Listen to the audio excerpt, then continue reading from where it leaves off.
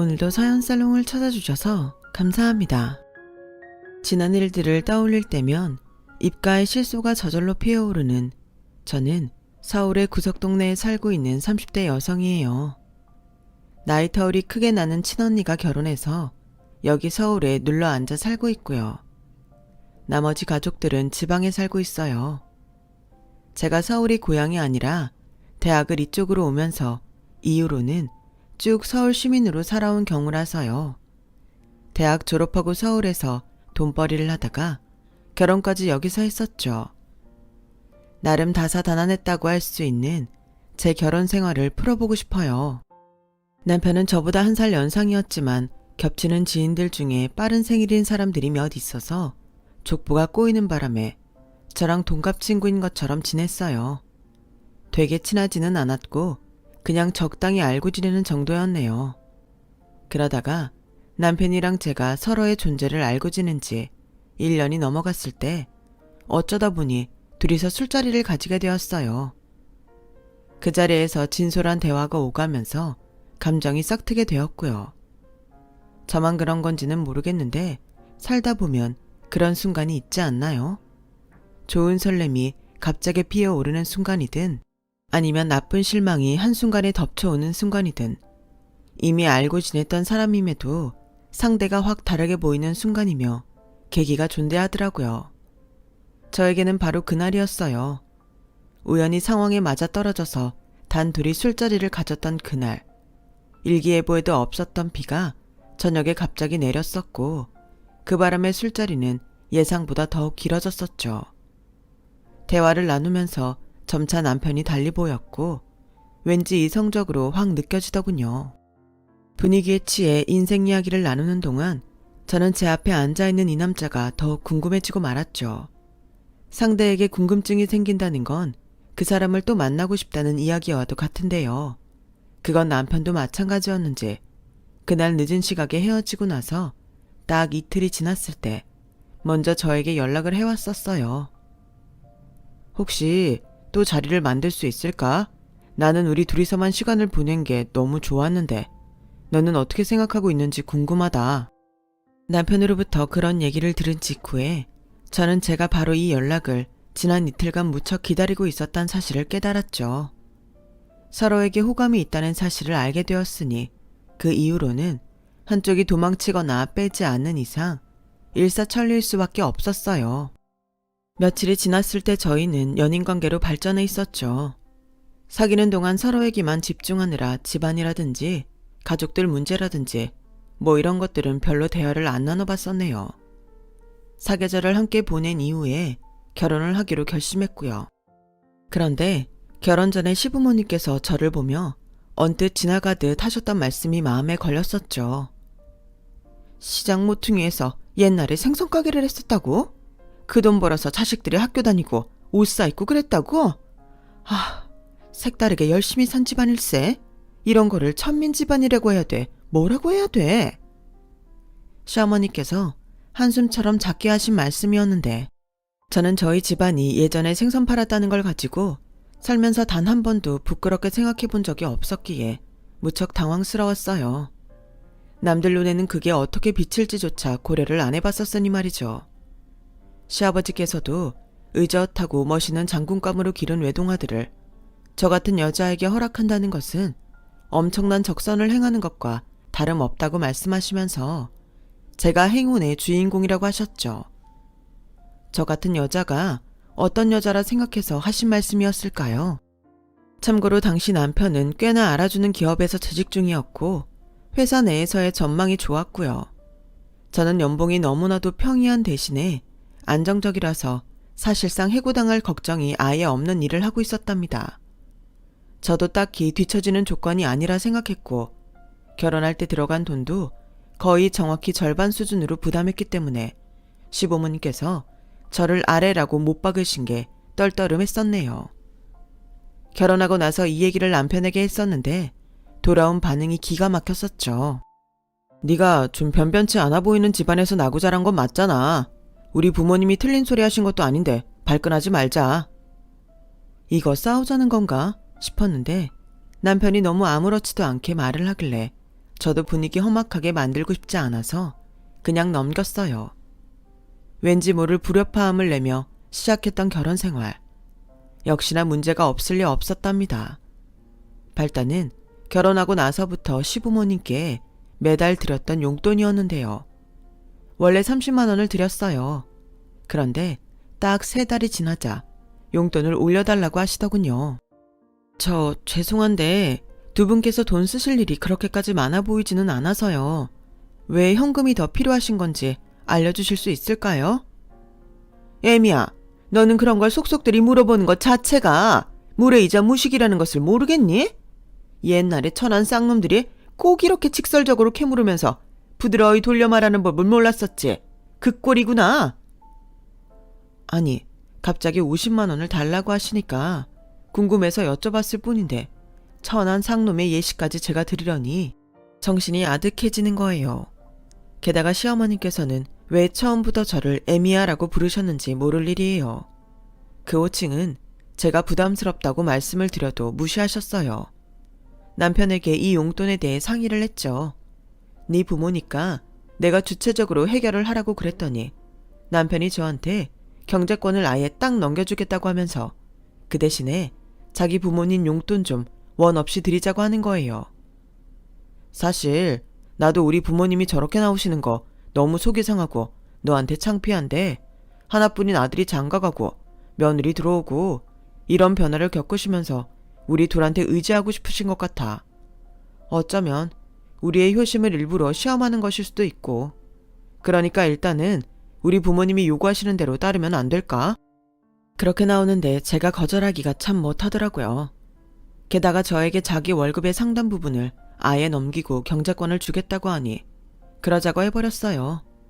그런데 다달이 용돈 50만 원은 말 그대로 기본금이었고요. 어디 같이 모시고 식사라도 하면 당연히 그 돈 저희가 내야 했고 왜 그렇게 건강식품이며 외출복이며 등산화 같은 걸 새로 사시고 싶어 하셨는지 은근하게 복장이 터졌어요. 와, 이거 진짜 지출이 장난 아니더라고요. 그런데 제가 정말로 시부모님 때문에 그 돈 사라지는 거면 차라리 참고 살 수 있었을 거예요. 어이없는 반전이 여기에 숨겨져 있었더군요. 응, 그래. 아들, 엄마가 오늘 그 돈 싹 모아다가 한 대 묶어놨다. 그럼 이게 다 우리 아들의 소중한 돈인데 엄마가 관리 잘해야지. 며느리 들이니까 좋네. 이런 식으로 돈도 받아낼 수 있고. 그런데 우리 아들 너무 그렇게 효자 이미지 쌓아도 괜찮은 거야? 시댁에 과일 산 거 나눠드리려고 예고 없이 방문했던 때였는데요. 제가 온 걸 모르고 시어머니께서 큰 소리로 전화통화를 하고 계셨어요.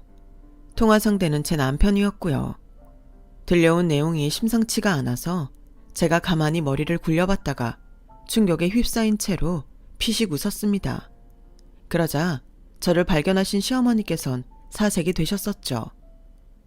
애미야, 네가 여기에 언제부터 와 있었냐? 설마 다 들은 건 아니겠지? 그 반응에서 확신이 왔어요. 진짜 머리 뚜껑이 열리더군요. 시어머니와 얘기해봤자 별로 소용없을 것 같아서 그날 남편하고 설전을 벌였네요.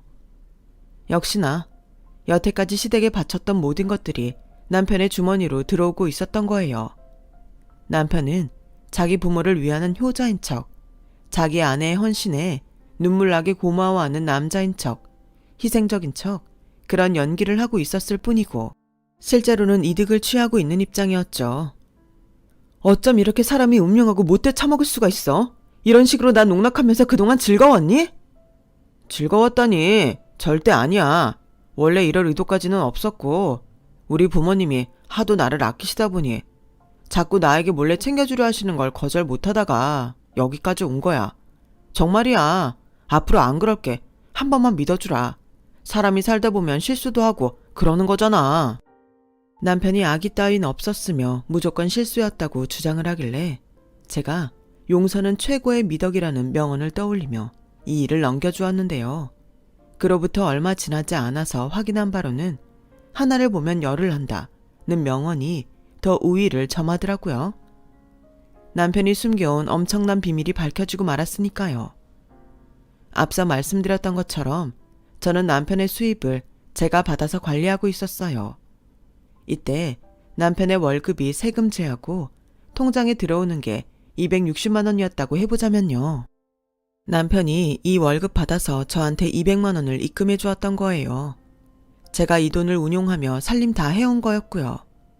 대출 이자 같은 커다란 고정값부터 갚고 각종 생활비에 어처구니 없는 전말이 드러났던 시부모님의 용돈까지 제가 착실하게 가계부에 기록하며 다 알아서 해결해 왔던 건데요. 제가 버는 액수도 있는데 그렇게 되면 한 달에 남는 현금 액수가 넉넉할 만도 했지만 남편하고 짜고 친 시부모님께서 돈을 거하게 다달이 뜯어가시는 바람에 딱히 사정이 그렇지도 않았죠.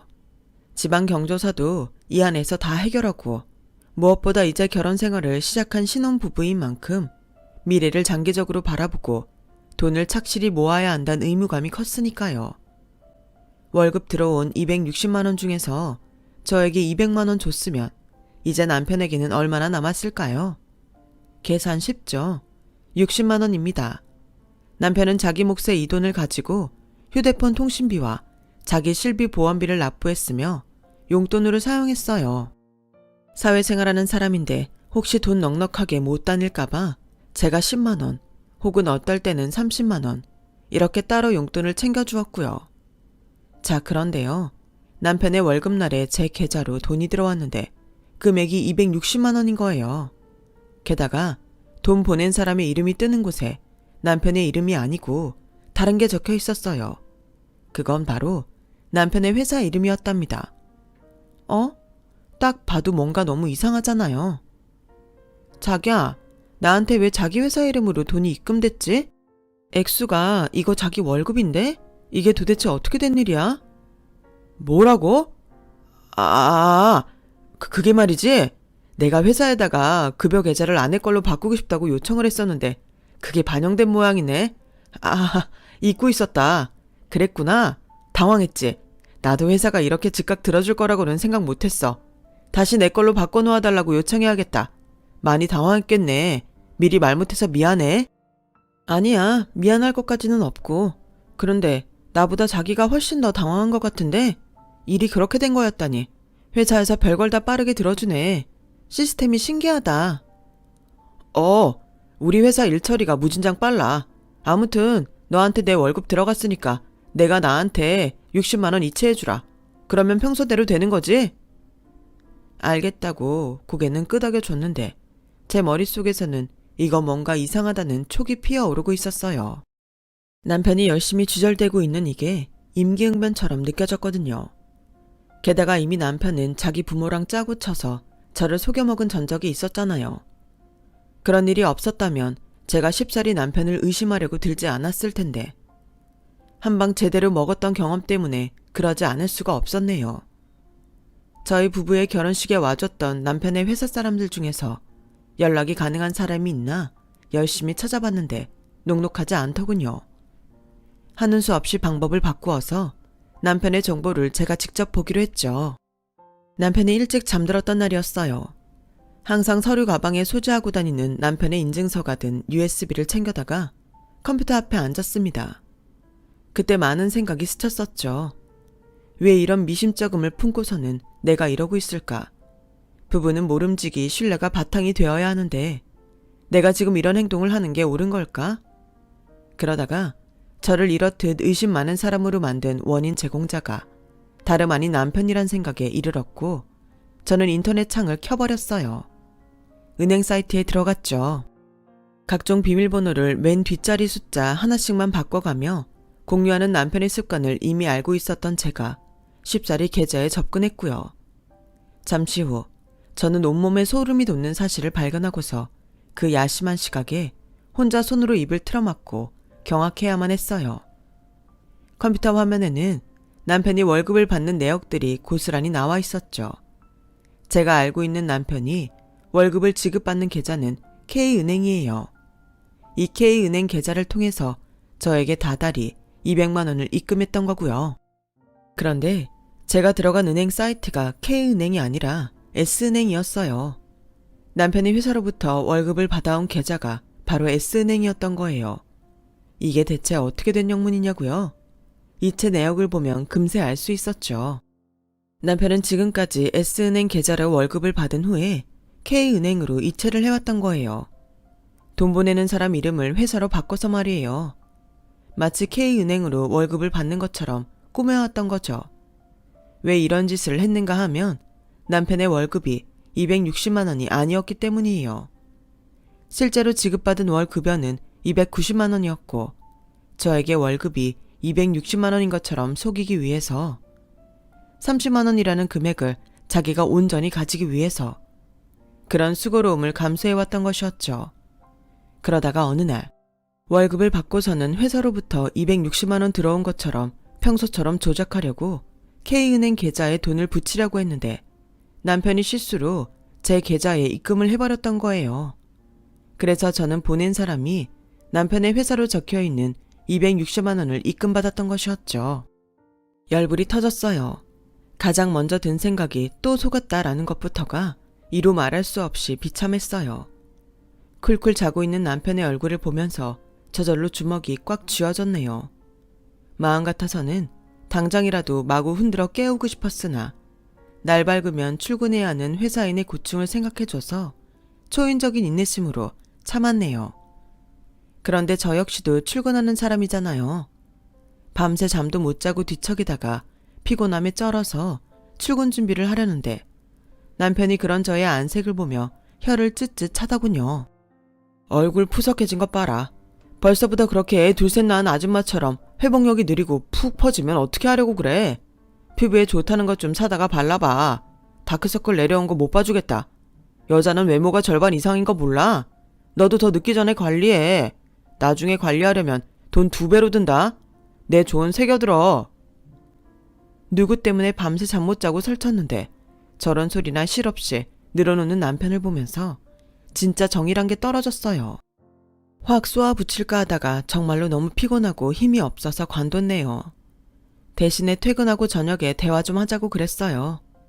진지하게 얘기했는데도 남편은 심각성 하나 알아차리지 못하고 시큰둥하게 반응하면서 출근했었고요. 저는 그날 두통약 먹어가면서 근무하고 점심시간에는 식사도 거른 채로 1시간 눈을 붙였었네요. 저녁이 돼서 남편에게 일단 솔직하게 다 털어놨죠. 의심 가서 인터넷으로 은행 계좌 봤다고요. 그랬더니 노발대발하면서 남의 정보를 왜 멋대로 보냐며 얼굴이 단박에 시뻘개져서 저한테 삿대질까지 해가며 막 소리 지르던 남편. 싸늘하게 가라앉아 있는 제 표정을 보고는 아차 싶었는지 헛기침을 했어요. 그거는 그러니까 내 비상금이었어. 차곡차곡 모아서 나중에 유용하게 쓰려고 한 거야. 너무 안 좋게 볼 것 없어. 안 좋게 보건 말건 그건 내 의사로 내가 결정해. 유용하게 쓸 거였으면 왜 부득불 그런 번거로움까지 감수하면서 나에게 숨긴 건데? 그건 끝에 끝까지 나를 속여 먹으려던 작정이었잖아. 내 말이 틀려? 너 좋으라고 한 일이야. 왜냐하면 유용하게 쓰려던 게 바로 내 선물 사는 거였거든. 돈 조금씩 따로 모았다가 너 몰래 서프라이즈로 명품 가방 하나 사주려고 그랬지. 샤넬백. 그래, 샤넬백 하나 사주려고 그랬다. 그게 그렇게 큰 잘못이야? 어디 그딴 허접한 핑계로 나를 설득시키려고 들어? 내가 언제 명품 가방 욕심내는 거 본 적 있어? 내가 장난으로나마 명품 사달라고 한 적 있었니? 지나가는 말로나마 그런 적 있었냐고. 에이씨, 그래. 네가 명품 욕심 없는 거 알고 있어. 네 남편인데 내가 그걸 모르겠냐? 결국 이렇게 사실을 밝혀야겠구만. 네가 부담스러워할까봐 이 얘기까지는 안 하려고 했는데 사실은 나중에 우리 아이가 태어나면 아이 이름으로 적금 상품을 들어볼까 해서 돈을 따로 모으고 있었던 거야. 그 대목에서 제가 이를 꽉 물었어요. 어쩜 거짓말을 해도 그렇게 질 나쁜 거짓말을 할 수가 있는지. 남편의 표정에 너무나도 에라 모르겠다. 아무 말이나 하자. 이런 기색이 읽혀서 그 순간 제 자신이 너무나도 초라해지는 기분이 들었어요. 이런 남자가 제 남편이고 저는 고작 이런 취급을 당하는 아내라는 게 너무 서글펐네요. 진짜 인간적인 불신이 들었고 속이 다 울렁거렸어요. 생기지도 않은 아이 핑계는 왜 대? 지금 스스로도 민망하지? 너 진짜 미쳤니? 왜 그러고 살아? 그럴 수도 있지. 사실을 숨기고 거짓말 좀 할 수도 있는 거지. 너 왜 그렇게 사람이 앞뒤 꽉 막혀서 딱딱하게 나오냐? 너는 나한테 뭐 매사에 진실만을 말했고 거짓말을 한 적 없었어? 네가 뭐 그렇게 잘나고 떳떳하다고 나를 비난해? 갑자기 다혈질이 도졌는지 남편이 눈을 부라리며 저한테 큰 소리를 질러댔어요. 적반하장으로 나오는 남편 때문에 저는 어이가 없어서 헛웃음만 지었고요. 그랬더니 그게 자기 자존심을 건드린 모양인지 남편이 입가를 실룩거리면서 저에게 이런 소리를 하더군요. 예전에 하도 어렵게 살았던 집안이라서 그런가 보네. 역시 근본이란 게 중요하다니까. 지방에서 생선 팔다가 비린내 풀풀 나는 돈 차곡차곡 모아서 어렵사리 재산 불려갔으니 다달이 30만 원이라는 숫자만 봐도 바들바들 떨면서 어쩔 줄 모르는 거야. 니네 집안이 서울 한복판에서 대대손손 살았어 봐라. 내가 한 달에 30을 꽁치나 50을 꽁치나 별로 대수롭지 않게 여겼을걸? 제가 방금 뭘 들은 건가 싶어서 잠시 현실을 의심했었네요. 자기 처가에 대고 너네 집안이라고 표현하다뇨. 지방 비하에다가 비린내 나는 돈이라고 표현을 한 사람이 제가 사랑해서 결혼한 남자가 맞는 건지 너무 기가 막혔어요. 어떻게 그런 말을 해? 그렇게 말하고 나면 스스로가 창피하고 민망하지 않아? 왜 그렇게 사람이 못났어? 너는 뭐가 잘났길래 나보고 못났다고 하는 거야? 창피? 민망? 내가 대체 그런 걸 왜 느껴야 하는데? 창피하고 민망한 건 너네 집안이겠지. 고상하게 품격 지키면서 살아본 적 없잖아. 아니, 나는 우리 집안 부끄럽게 생각 안 해. 모든 사람이 번듯하게 정장 차려입고 컴퓨터 앞에 앉아서 일하지 않는다는 걸 잘 아니까. 그 컴퓨터 만드는 생산자가 있고 그 컴퓨터가 올려진 사무책상 만드는 업체가 있고 그 재료를 대는 공장이 있는 거지. 그 건물을 지은 사람들은 현장에서 땀 흘리는 노동자들이고 이렇듯 사는 모습이 다 다른 거야. 각자의 위치에서 열심히 살 뿐이라고. 그런데 네가 뭔데 품격을 운운하면서 우리 집안을 낮잡아봐? 너처럼 편협한 사고방식을 가진 것도 모자라서 그걸 부끄럽게 여기지 못할 망정. 입 밖으로 내는 사람이야말로 수준이 낮은 거야. 알아들어? 남편의 어이없는 발언에 져줄 생각이 없었기 때문에 제가 정확하게 일침을 날려주었죠. 그랬더니 남편이 입을 꾹 다물면서 차마 제 말에 반박은 못하고 부들부들 몸을 떨더군요. 크게 분한 모양이었어요. 마치 자기는 잘못한 게 하나도 없는데 일방적으로 공격당해서 분에 미치겠다는 남편의 그 반응을 보고 제가 진짜 학을 떼면서 고개를 흔들었죠. 네가 왜 너와 다른 삶을 사는 사람들을 우습게 깔보는 줄 알아? 그러면 네 인생이 더 잘난 것 같은 착각이 들거든. 실상은 그렇지도 않은데 남을 비하하면서 자기의 위치를 공고히 하려는 못난 심리인 거지. 아주 심리학자 납시셨다. 너 말 엄청 잘하네. 야, 나도 말 잘하고 어디 가서 꿀려본 적 없어. 내가 너보다 잘 버니까 큰 소리 뻥뻥 치고 살아도 되는데 지금까지 너 배려해서 인내하고 참으며 살아온 거야. 그런데 내 호의를 네가 이렇게 갚는구나. 뭐라고? 야, 그거 참 대단한 호의를 베풀었구나. 멋지다. 진짜 사나이다. 너무 엄청난 남자라서 내가 감당이 안 되네. 잠만 말고 헤어져. 우리 이혼해. 제가 이혼 선언을 하자 남편이 눈을 까디집었죠. 갑자기 무슨 이혼이냐고 거품 물고 발작하길래 그럼 이 상황에서 어떻게 결혼 생활을 이어나갈 수 있겠냐면서 제가 태연히 받아쳐줬어요. 아이 없을 때 실체를 알게 돼서 이혼하게 됐으니 다행이라고도 해줬죠. 더 이상 추잡한 꼴 보이지 말고 조용히 이혼하자고 거듭 말했는데 남편은 자꾸만 자기한테 시간을 달라고 했어요. 마지막 마무리 인사를 멋진 걸로 고를 시간이 남아 달라면서 이대로 끝나면 자기 체면이 너무 구겨져서 안 된다고 하더군요. 이 남자가 너무나도 찌질하고 못나 보였는데 이미 이혼 결심했고 정도 다 떨어진 마당에 약간의 시간을 더 주는 게 무슨 상관이겠나 싶어서 그렇게 했는데요. 남편이 준비한 것은 결혼 생활을 마무리 짓는 마지막 인사말이 아니라 바로 시부모님이었습니다. 주말까지 제발 아무 소리도 말고 기다려달라던 남편의 의도가 이거였나 봐요. 시부모님 두 분이 예고 없이 들이닥치셨는데 어안이 벙벙해진 저와는 달리 남편은 의기양양한 미소를 짓고 있었죠. 게다가 저를 보면서 남편이 윙크도 하더라고요. 그거 보고 제가 굳어버렸어요. 상대 속사정이 어떤지는 전혀 고려도 하지 않는 사람이 남편임을 그 순간 재차 깨달았네요. 머리가 지끈거렸는데 점입 가경으로 시어머니께서 전에 없이 인자한 웃음과 함께 저에게 이런 말씀을 하셨어요. 애미야, 네가 지나치게 불같은 성질을 가지고 있구나. 결국은 그게 화를 불러온 거야. 앞으로는 부디 성질 좀 죽이고 살아다오. 참한 며느리, 참한 부인이 되라는 것까지는 내가 바라지도 않는다. 그놈의 성질만 부리지 않고 지내다오. 그러면 내가 여한없이 너에게 잘해주지 않겠니? 나 아직 며느리 아끼고 사랑하는 시어미로서의 모습은 보여주지도 않았어. 내 진면목을 보면 너도 나한테 마음을 활짝 열 수밖에 없을 테니 우리 앞으로 더욱 잘 지내보자꾸나. 지난 일은 잊고. 저에게 성질이라고 하셨는데 정작 진짜 백이 다혈질 환자는 남편이었거든요. 게다가 제가 시어머니께 마음을 활짝 열 거라니 지갑을 다시금 활짝 열어달라고 하셨다면 차라리 덜 무서웠을 거예요. 어디서부터 반박을 해야 할지 차마 갈피조차 안 잡히더군요. 그 옆에서 시아버지께서는 근엄하신 표정으로 계속 고개를 끄덕이고 계셨고요. 음악 들으시는 줄 알았어요.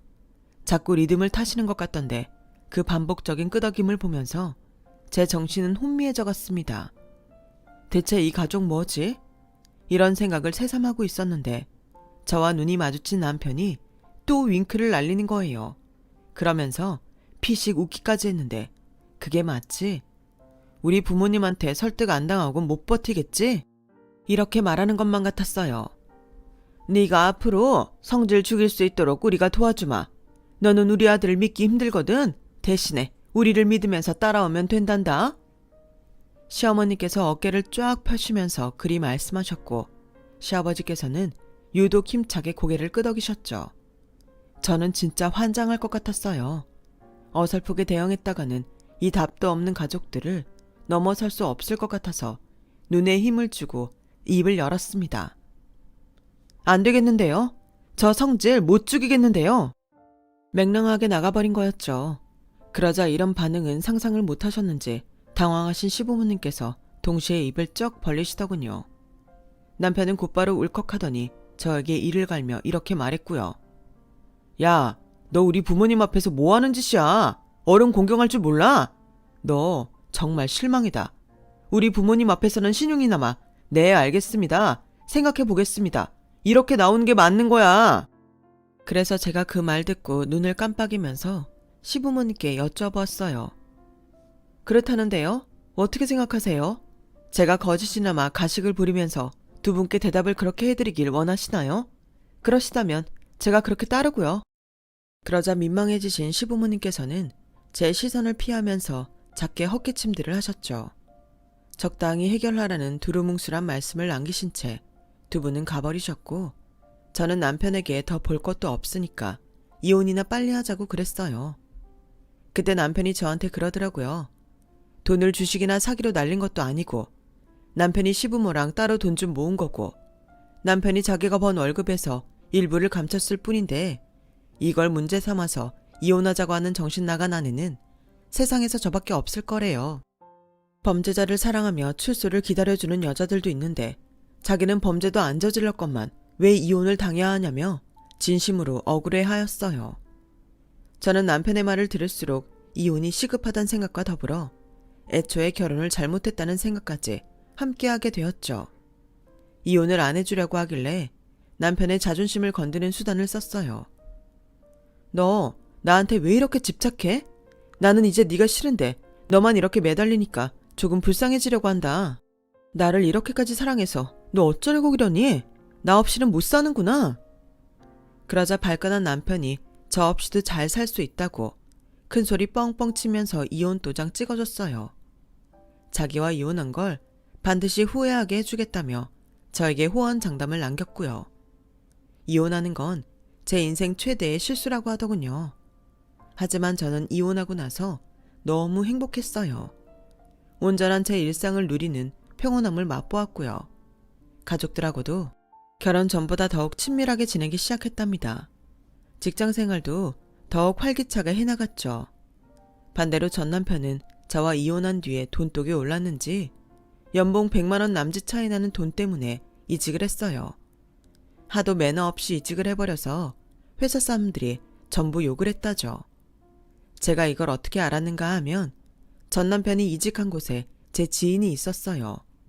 부서는 아예 다른데 남편을 건물에서 우연히 딱 보고 알아차렸다고 하더군요. 지인이 발견 못했으면 큰일 날 뻔했었죠. 왜냐하면 전 남편은 그곳에서 결혼한 적 없는 척 순수한 총각인 척 행세를 했어요. 그러다가 제 지인이 슬쩍 그 사람 결혼했던 걸로 아는데 라고 말을 흘리자 전 남편은 금세 입장을 바꿨고요. 사실은 말이죠. 제가 사기 결혼을 한번 당했습니다. 꽃뱀한테 물려서 인생 교육 제대로 당했네요. 저라는 사람이 이제 더 이상 사람을 쉽게 못 믿게 된 것 같아서 너무 가슴이 아플 따름입니다. 갑자기 동정심을 유발하면서 피해자인 척을 한 거예요. 그러자 제 지인이 원래는 더 이상 참견 안 하려고 했는데 하도 화가 나서 전 남편이란 작자가 아내한테 잘못을 저질러서 이혼을 일방적으로 당한 거라고 회사 사람들한테 말을 해버린 거죠. 전 남편은 그 후로 거짓말쟁이로 찍혀서 기피 대상이 되었고요. 그것도 부족했는지 대형 사고를 쳤대요. 회식 때 만취해서 상사한테 대박 실수를 저질러 버렸다는데요. 저런 말입니다. 난방 냉방 쐬면서 번 돈하고 더위 추위 다 느끼며 땀 흘려 번 돈하고 이게 다르다 생각하거든요. 엄연히 노동자 계급이 아래다 이 말이죠. 이게 맞는 거고요. 사회는 솔직히 계급이 전부잖아요. 그런데 세상을 무조건 아름다운 동화로 보는 사람도 있는 걸 보고 제가 깜짝 놀랐습니다. 그런 사람을 보면 착한 척하는 병? 뭐 이런 거에 걸린 것 같아요. 자기가 정의의 사도야 뭐야. 그런데 전 남편의 헛소리를 듣고 있던 상사의 얼굴이 점점 붉어진 거예요. 자네 지금 내 부친이 막노동판 출신이고 내 모친은 식당 주방 출신인데 그렇다면 나를 대놓고 모욕하는 거라 봐도 되겠나? 에? 아니 팀장님 같으신 분이 어떻게 그런 부모님을 두실 수가? 전 남편은 정신 못 차리고 즉각 사과를 하지 않았대요. 하기사 저한테도 미안하다는 말을 똑바로 할 줄 몰랐던 인간이니 놀랍지는 않아요. 그 상사가 회사에서 줄 잘 섰기로 유명했고 임원진들이 워낙 아끼는 인사였는데 그런 인물에게 전 남편은 제대로 걸린 거였죠. 그러자 다들 전 남편을 외면하며 상대를 안 해주기 시작했고 자존심이 강했던 전 남편은 여기 아니면 갈 데 없는 줄 아냐면서 용감하게 퇴사를 했답니다. 하지만 다시는 그만한 수준의 일자리를 얻을 수는 없었죠. 원래 나이 더 먹고 경력 더 쌓이면 기업에서는 선뜻 받아주기 부담스럽거든요. 어쩔 수 없는 이치인데 그걸 간과하고 자기를 데려가고 싶어하는 회사가 널렸다고 믿은 전 남편의 머리가 꽃밭이었던 거죠. 이직은 로또와도 같은 행운이었던 것일 뿐인 것을요. 현실을 알게 되자 크게 절망한 전 남편이 술에 진탕 취했는데 그걸 또 전 시어머니께서 저한테 알려주시지 뭔가요? 우리 아들이 술에 쩔어서 너만 찾는구나. 너한테 전화를 해도 수신 거부를 해놨는지 통화가 안 된다고 해서 내가 전화를 걸었단다.